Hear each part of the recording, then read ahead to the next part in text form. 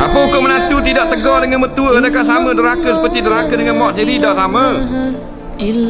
Menantu tak wajib taat mertua dengan baik.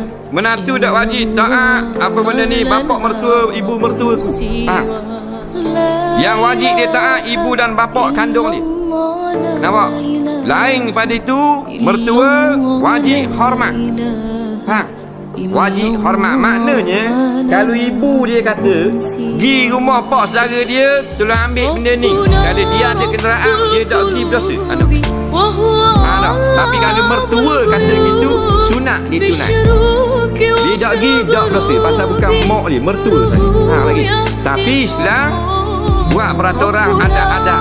Walaupun tak wajib kita maknanya taat, wajib kena hormat mertua kita. Sampai bila hormat? Sampai kiamat.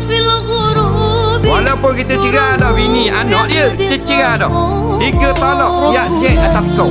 Faham tak? Tak kira dah. Tetap wajib hormat juga mertua kita.